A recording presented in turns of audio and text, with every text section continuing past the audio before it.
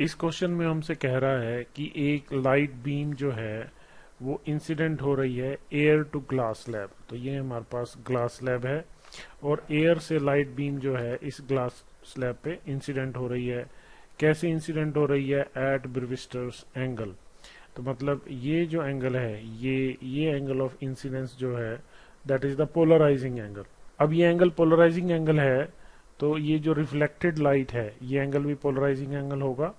और हमें ये पता है कि अगर ये लाइट, ये वाली इंसिडेंट लाइट जो है, ये लाइट अगर अनपोलराइज्ड लाइट है, ये लाइट कैसी है? Unpolarised light.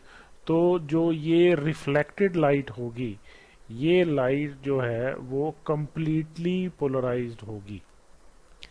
क्लियर? ये जो लाइट है ये क्या होगी? कंप्लीटली पोलराइज्ड होगी। बट जो ये रिफ्रैक्टेड लाइट है, रिफ्रैक्टेड लाइट, ये रिफ्रैक्टेड लाइट जो है ये पार्शली पोलराइज्ड होगी। ये जो रिफ्रैक्टेड लाइट है, that refracted light is partially polarised. मतलब जो लाइट यहां से बाहर निकल रही है, जो लाइट यहां से बाहर निकल रही है वो लाइट कैसी है? पार्शली पोलराइज्ड है। तो फिर हमसे आगे कह रहा है a polaroid is placed in the path of the emergent ray. तो ये जो रे है ये हमारी एमर्जेंट रे है और हमने रास्ते में एक पोलराइड रखा है। कहाँ पे? इस पी पॉइंट पे। तो यहाँ पे हमने एक पोलराइड रखा है और हम इस पोलराइड को घुमा रहे हैं about an axis that is passing through the centre and perpendicular to the plane of the polaroid. तो आप ये माने कि ये एक पोलराइड है और अगर मैं इसको एक सर्कुलर फॉर्म में मानूं तो जो इसकी एक्सिस है, तो ये जो रे है इसकी एक्सिस के अलोंग ही आ रही है।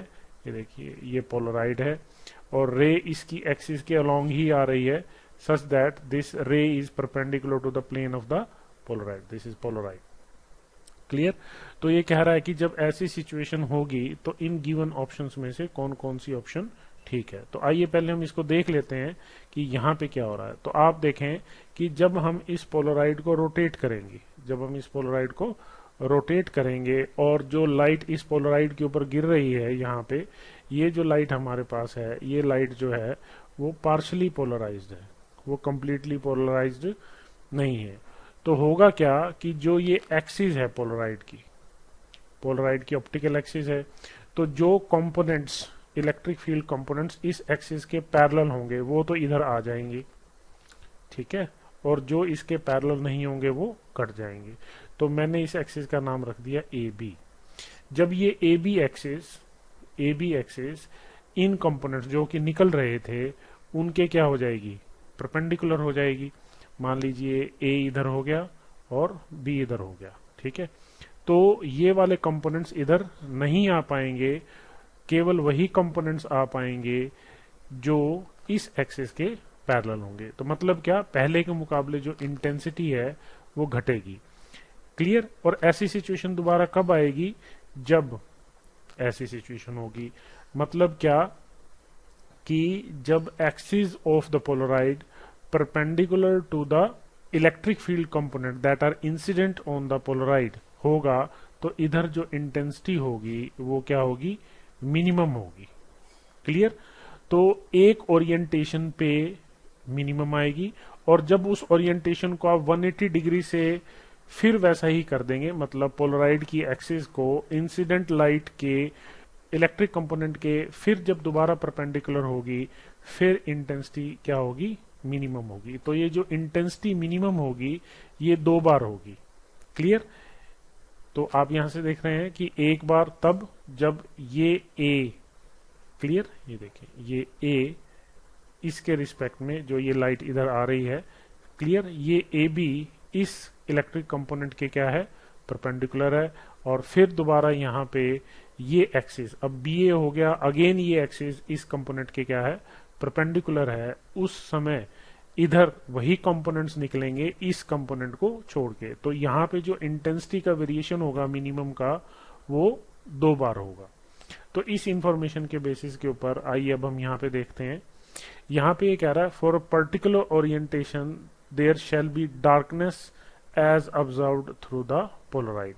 तो ये कह रहा है कि पोलराइड के इस तरफ कंप्लीट डार्कनेस होगी। नहीं, ऐसा नहीं होगा क्योंकि जो लाइट यहां से पास होगी वो क्या है, पार्शली पोलराइज्ड है, कंप्लीटली पोलराइज नहीं है। अगर ये लाइट कंप्लीटली पोलराइज्ड होती तो यहाँ पे हमारे पास डार्कनेस, कंप्लीट डार्कनेस आती। मतलब अगर हम पोलराइड यहाँ पे शिफ्ट कर देते, थ्योरी में आपको पता है, थ्योरी के अंदर भी हमने इस चीज को बताया था कि अगर हम यहाँ पे पोलराइड रख दें और इसको घुमाएं तो यहाँ पे हमारे पास 2 बार इंटेंसिटी मिनिमम होगी। मतलब मिनिमम कैसी होगी, 0 मिनिमम। ठीक है, तो ये जो फर्स्ट ऑप्शन है, this option is wrong. Second option, the intensity of light as seen through the polaroid shall be independent of rotation. No, ये भी गलत है। क्यों?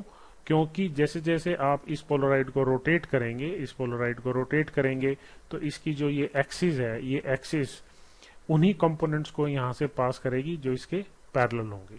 ठीक है, या इलेक्ट्रिक कंपोनेंट्स को पास करेगी। ठीक, तो हम यहां से कह सकते हैं कि जो इंटेंसिटी है वो एंगल के ऊपर डिपेंड करेगी, मतलब रोटेशन पे डिपेंड करती है। तो ये ऑप्शन गलत है। सी ऑप्शन में कह रहा था intensity of light as seen through the polaroid shall go through a minimum but not 0 for 2 orientation of the polaroid. तो ये ऑप्शन सही है, ये हमने यहां से करके देख लिया है that for 2 orientations the intensity is minimum. Fourth option में कह रहा है the intensity of light as seen through the polaroid shall go through a minimum for 4 orientations. तो 4 ओरिएंटेशंस नहीं, सिर्फ 2 ओरिएंटेशंस के लिए सिचुएशन होगी। तो ये ऑप्शन भी गलत है। क्लियर? तो हमारे पास जो सही ऑप्शन है दैट इज ऑप्शन सी। तो इस चीज को मैं यहाँ पे फिर एक बार दोबारा रिपीट कर रहा हूं, क्योंकि ये लाइट क्या है, पार्शली पोलराइज्ड है। क्लियर? तो पार्शली पोलराइज्ड होने की वजह से क्या होगा, इस तरफ जो इंटेंसिटी है वो कंप्लीटली 0 नहीं होगी, कुछ इंटेंसिटी रहेगी, बट वो इंटेंसिटी मिनिमम 2 ओरिएंटेशंस पे होगी। कब? जब इस पोलराइड की एक्सिस, आप ये कह लें कि जो मेजर इलेक्ट्रिकल कंपोनेंट्स हैं उनके क्या होगी, परपेंडिकुलर होगी। तो उस समय जो मेजर इलेक्ट्रिकल कंपोनेंट्स हैं, क्लियर, तो वो पास नहीं हो पाएंगे और उस समय इंटेंसिटी क्या रहेगी, मिनिमम रहेगी। क्लियर?